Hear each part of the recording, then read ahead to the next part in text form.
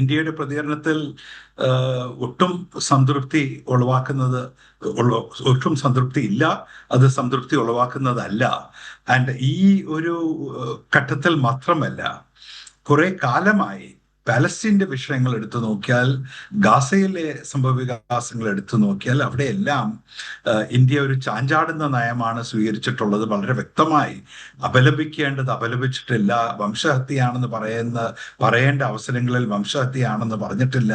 അന്താരാഷ്ട്ര സഭയിൽ voting pattern പലപ്പോഴും മാറിയും അപ്പുറത്തും ഇപ്പുറത്തും എല്ലാമായി വോട്ട് ചെയ്തിട്ടുണ്ട്. അതുകൊണ്ട് ആകെ ഒരു ആംബിഗ്വസും കൺഫ്യൂസ്ഡ് പോളിസിയാണ് ഇന്ത്യ വ്യക്തമാക്കിയിട്ടുള്ളത് വെസ്റ്റ് ഏഷ്യയുടെ കാര്യത്തിൽ.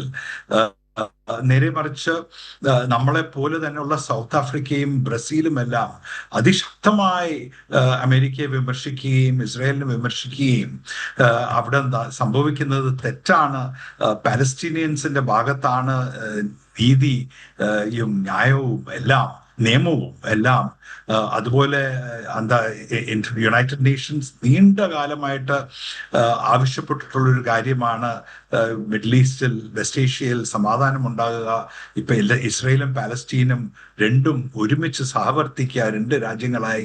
അപ്പോൾ അതിലേക്കെല്ലാം മുന്നോട്ട് പോകുന്നതിന് പകരം പിന്നോട്ട് വലിക്കുന്ന നയങ്ങളാണ് ഇസ്രയേൽ സ്വീകരിച്ചിട്ടുള്ളത്. നമ്മളത് വേണ്ട വിധത്തിൽ അപലപിച്ചിട്ടില്ല എന്നുള്ളത് മാത്രമല്ല, നമ്മൾ സൗത്ത് ആഫ്രിക്കയോ ബ്രസീലോ എടുത്തിട്ടുള്ള ഒരു ലീഡിൽ പോലും നമ്മൾ ഫോളോ അപ്പ് ചെയ്തിട്ടില്ല. മാത്രമല്ല, ഈ അടുത്ത ഏതാനും ദിവസങ്ങൾക്ക് മുമ്പ്, ഈ യുദ്ധം തുടങ്ങുന്നതിന്റെ ദിവസങ്ങൾക്ക് മുമ്പാണ് പ്രധാനമന്ത്രി മോദി ഇസ്രയേലിൽ ചെന്ന് ഒരുപാട് ഇന്ത്യയിൽ കൊട്ടിഘോഷിച്ച ഒരു സന്ദർശനം നടത്തിയത്. അതിൻ്റെ ആ ഒരു ടൈമിങ് തെറ്റാണെന്നേ ആരും പറയുകയുള്ളൂ. ആ ഒരു സന്ദർശനത്തോടു കൂടി വീണ്ടും ഇസ്രയേലിനെ ന്യായീകരിക്കുന്ന, ഇസ്രയേൽ ചെയ്യുന്ന കാര്യങ്ങൾക്കെല്ലാം നമ്മൾ അന്ധമായി പിന്തുണ നൽകുന്നു എന്നുള്ള ഒരു പ്രതീതിയാണ് ഉളവാക്കുന്നത്. ഇതെല്ലാം വളരെ സങ്കടകരമായ കാര്യമാണ്.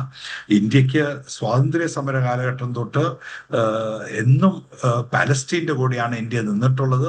പാലസ്തീനിയൻ ജനതയ്ക്ക് അവർക്ക് അർഹപ്പെട്ട രാജ്യം ലഭിക്കണം എന്ന നിലപാടാണ് ഇന്ത്യ സ്വീകരിച്ചിട്ടുള്ളത്.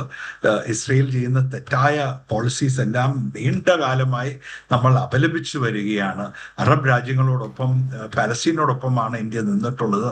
അതിലെല്ലാം വ്യതിയാനങ്ങൾ ഉണ്ടായിട്ടുണ്ട്. ഇന്ത്യ സർക്കാർ, ഭാരത സർക്കാർ വ്യതിചലിച്ചിട്ടുണ്ട്.